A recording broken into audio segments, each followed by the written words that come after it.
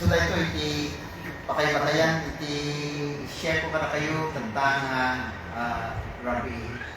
So the topic that I'm going to share with you this evening is the art of Thanksgiving. Last Sunday we celebrated Thanksgiving in KCM, and I was the one who preached again. What I preached there is the law of Thanksgiving. But what I'm going to share with you tonight is the art of Thanksgiving. So, how to redeem the art of Thanksgiving. Okay, inayon ko mati Diyos, ti panendisyon iti sa una iti dayto yung Rabbi Malaytaya iti ako. The art of Thanksgiving. Kasano tayong isubli, kasano tayong i-redeem daytoy art of Thanksgiving. Umuna, kay mabasa tayo ditoy versikulo tayo kung na nalidyan tayo muna phrase na give thanks. Kung na agyaman kayo. So, iti panagyaman, so datoy masapol, number one, we should do it intentional. Be intentional when you give thanks to the Lord. The phrase give thanks is the how of Thanksgiving. No kasano iti panagyaman. So, no kasano iti panagyaman tayo, so command dito nga dapat nga aramitan tayo. Give thanks is to be grateful. Dito iti kaya nasaman, give thanks is to be grateful, to express gratitude, or let's say for example, especially when we are about na amo tayo nga inaramid ni Apo Dios, amo tayo kung mga agsubli nga agyaman ken kuan.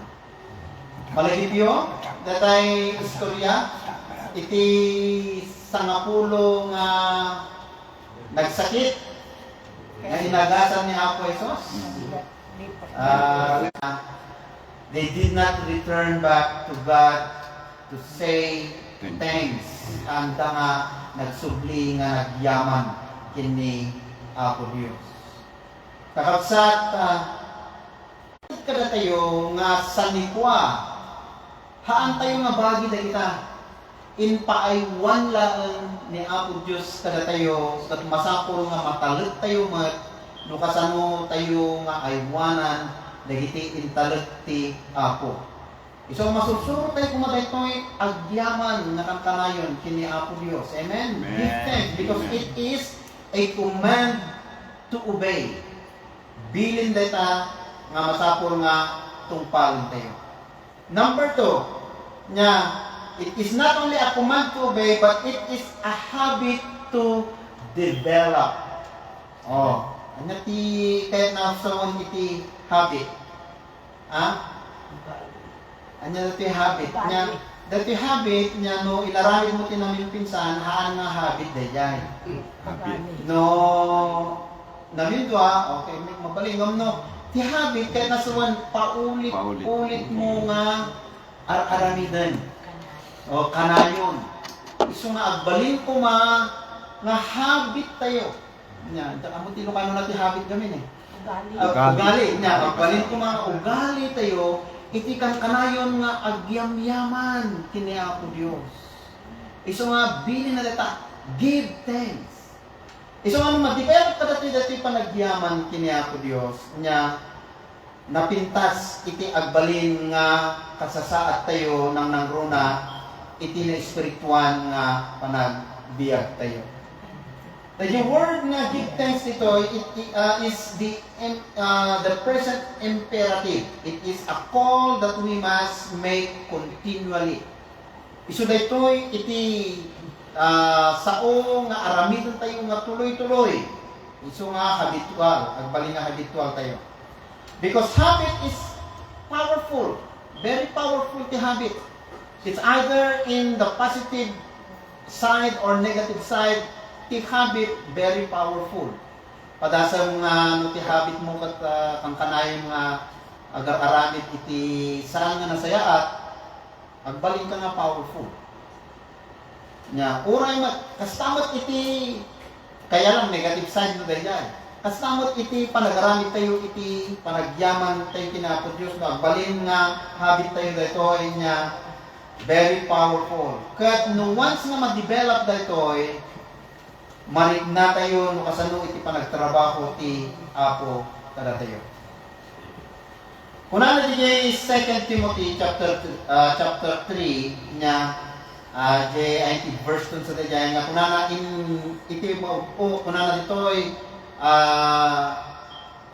isurat yu ditoy, take note on this kuna na ditoy nga ti tattao kuna na iti mabuding aldaw at danto dagiti nadakes nga maaramid muno aramidan dagiti tattao kat nairaman ditoy dagiti kuna na ditoy nga people will be ungrateful.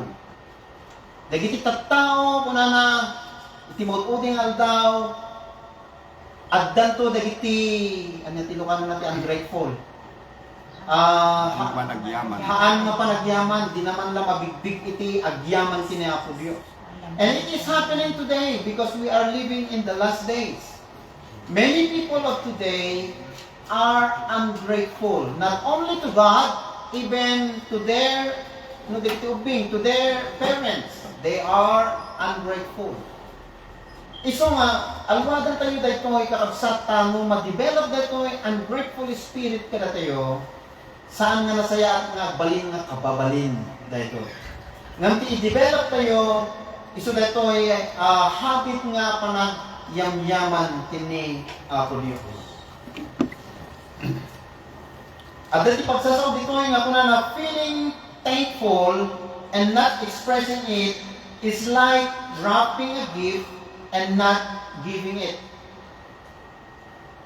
No, at tirik na nga agyam-yaman kina Apo Diyos, kathaan mo nga iibkas. You will not express it kuna na naiyarig na jay nabungon nga sagot nga han namutlaang nga intay. Nalipatan na pastor, nalipatan na. Mabalin nga no ti post na reject at nalipatan na ay kata itod na utlang dayay kaputan nalipatan na. Ngam no dayay espiritu nga talaga igagara ng hanang itet ay kat made. Iso nga numangtod tayo iti regalo na impuswan ko ma. Amen.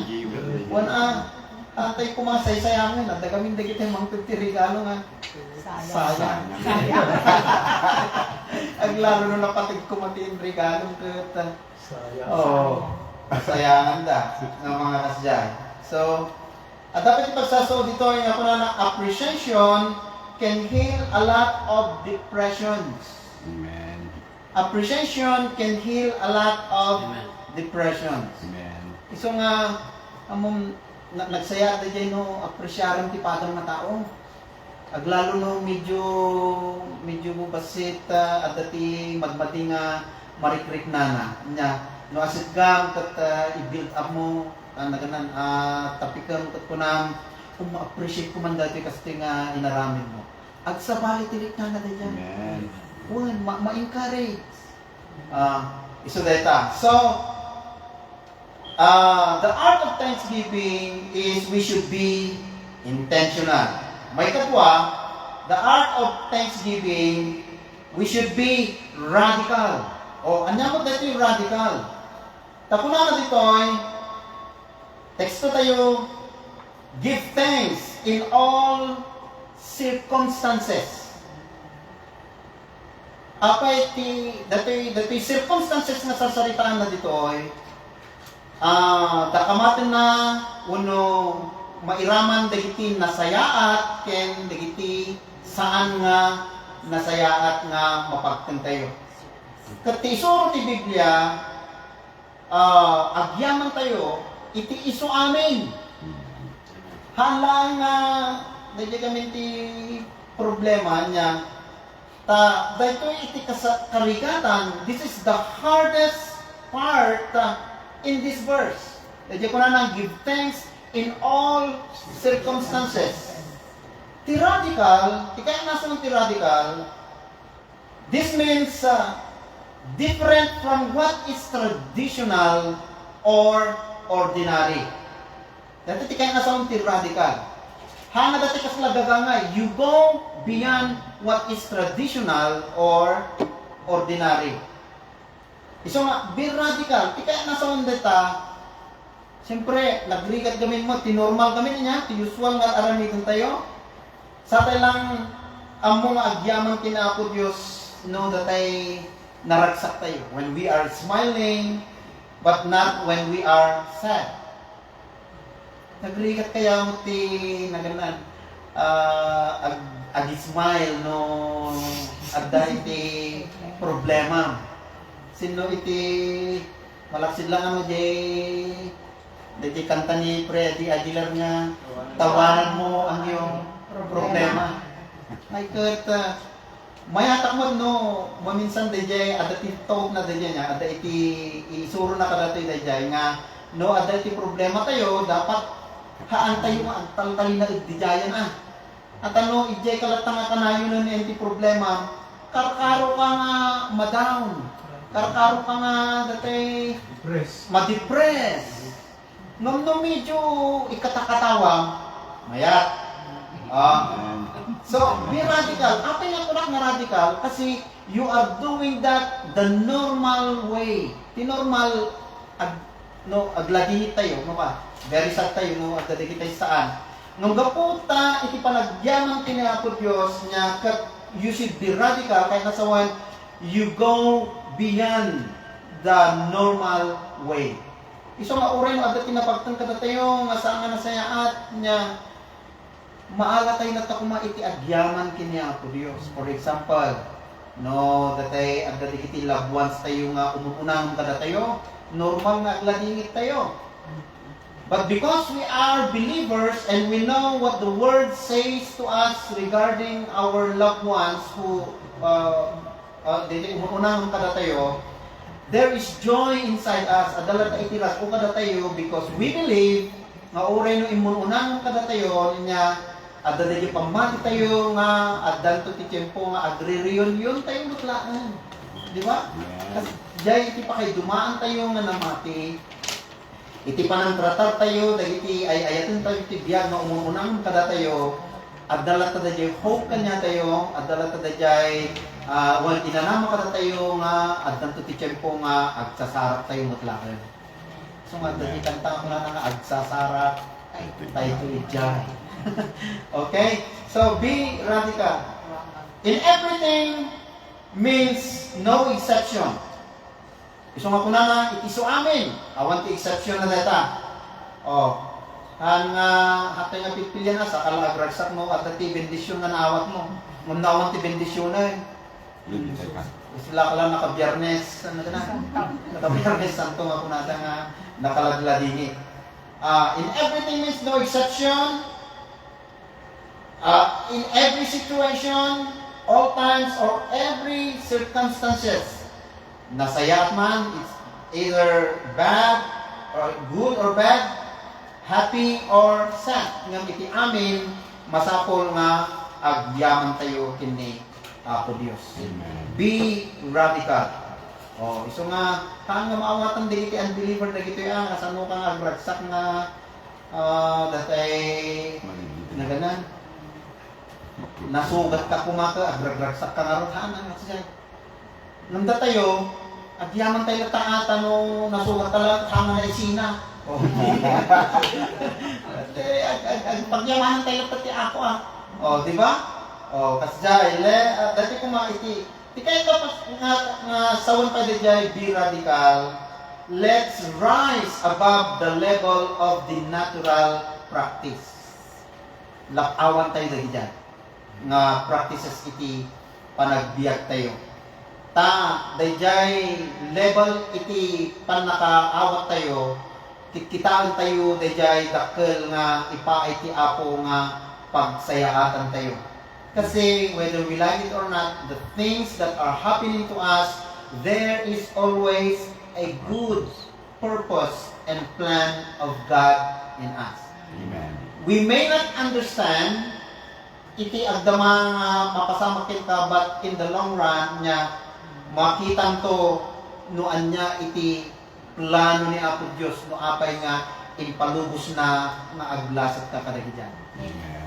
Amen. Kasalamat lang ay iti panagbalintay nga puro nga Kristiyano kumainyari ko daytoy ditay siya ta nagdiyan iti Benguet iti 20 years nya nakita diyan yung kasanuda ta gold miners na diyan no kasanuda nga pagbalinan nga napupuro balikok dagitay minminasen da nya ang ginagawa nila nagtagalog natin dayjay karamidan da nya ipagnada iti kastaunay nga pudot ti apoy.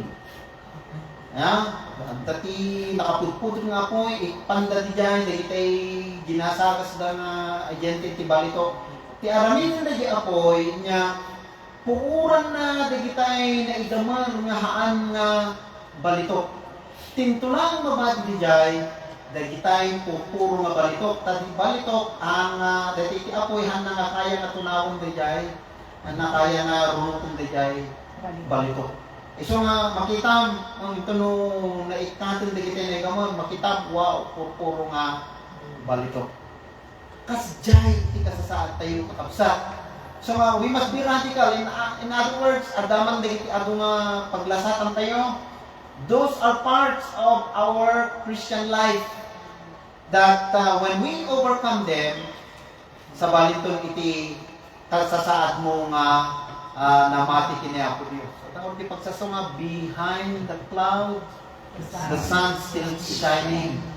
Iso nga kayo nasawan, maandaman dagiti paglaslasatan tayo, at dati tinasaysayat nga pagtingan tayo. Number 3, so dati iti maudi, kanana, iti panagyaman, the art of thanksgiving, we should be intentional. Igagara tayo iti agyaman, iti Apo, sa talaga nga sugamin ti kuman ni Apo Dios, kat pagbalinan tayo nga habit tayo datoy. Number 2, be radical.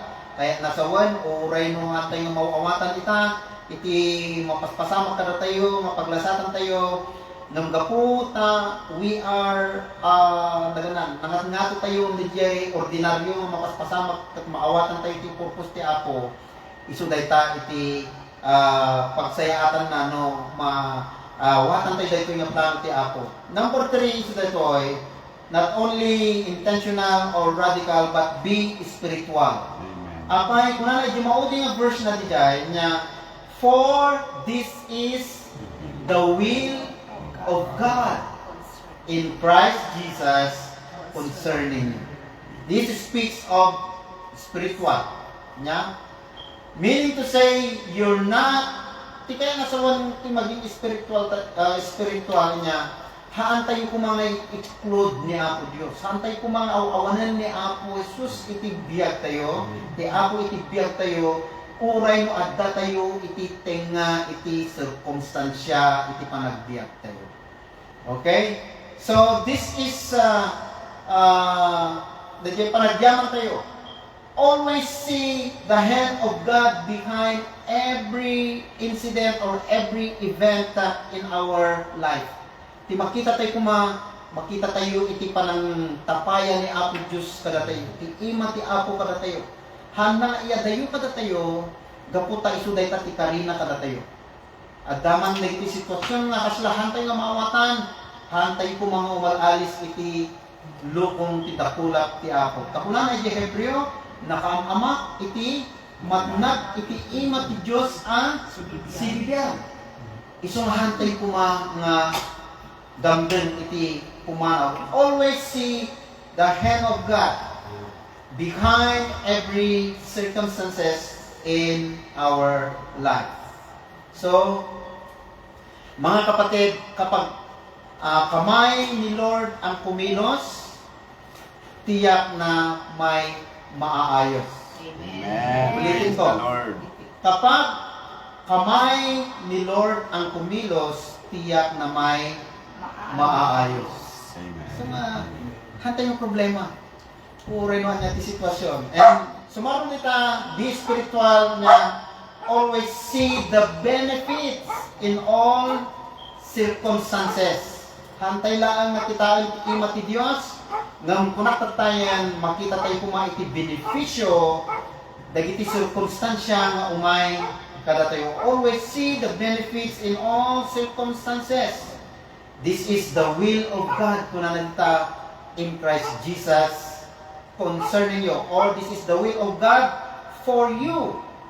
Para kin ka daytoy nga benepisyo. So, ti makita tayo kuma ditoy, makita tayo the better purpose of God iti biyag tayo. Madan tayo kuma iti makunkunan na spiritual nga mata, spiritual eyes. Nga ti makita na daytoy ket dayjay benefit nga iti ti ako kada tayo kalpasan dagiti paglasatan tayo. Madaydayo ti ako. Always see the purpose, not the problem. Okay? Kitaan tayo iti panggap na. Hanga di problema. Nung dagduma kami tadbalik. Tadbalik. Baliktad. Ito na kuman. Nya. Tingin mo na makita ka di problema. Haan nga di purpose. Nung kunak tatayan, kitaan tayo di purpose ni Apo no apay nga ilasat na kadita. Ngam no tinakitaan ko di problema. Haan mo nga makita di panggap niya po Diyos. Gratitude is an attitude. It must be developed. I repeat, gratitude is an attitude and it must be developed. Isu daytoy iti danas na iti panagyaman niya. Isu nga first time ko dito'y Amerika nga ag-celebrar iti Thanksgiving. Iti Pilipinas kat awan ti Thanksgiving Day dati dyan. Nga celebraran ta, di kita ilang pesta no dati pesta. Pesta na tayo. The United States celebrates among all nations. Yeah. Dito, iso nga nagraksak nga naka-experience iti Thanksgiving Day dito'y Amerika. Amen. So, Praise the Lord. Iti Huwebes. Ang lang nga may isa nga balay tinangawis kanya nga inapan nakipangpangan, nanganan. Napang kami katay ay naganan bayaw ni Kapsato and the pastor, Nathan Pastor, niya, nagarunga foods. Iti agawit kami, nakilungan natin ni Damanong Efren. Ako, hanggang tayo nag-oopid, makanta pa balay, kung naman na. Ay, nako. Talaga nga, nagmayat man ti experience ko ti Thanksgiving Day dito gana. So, at dapat may nangilit ka niya iti turkey. First time ko nga makaroon ti turkey. Niya, nagimas. Talaga nga, kahit ko nga agyaman niya, sa nyo rin yung patatayan. Tawa mo ni Manang Lina. Ay, there you go.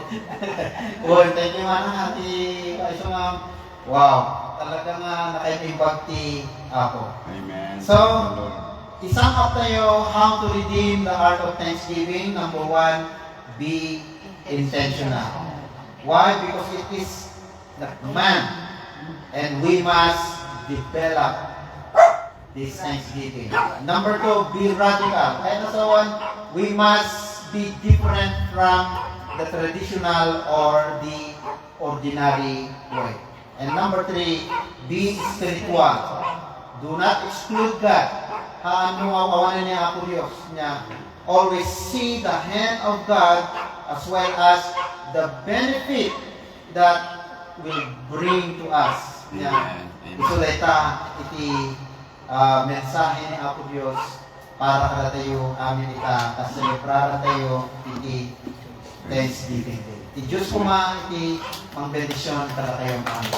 Praise the Lord. Praise the Lord.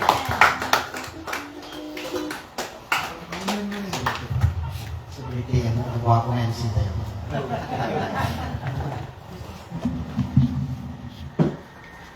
Thank you, Pastor. Okay.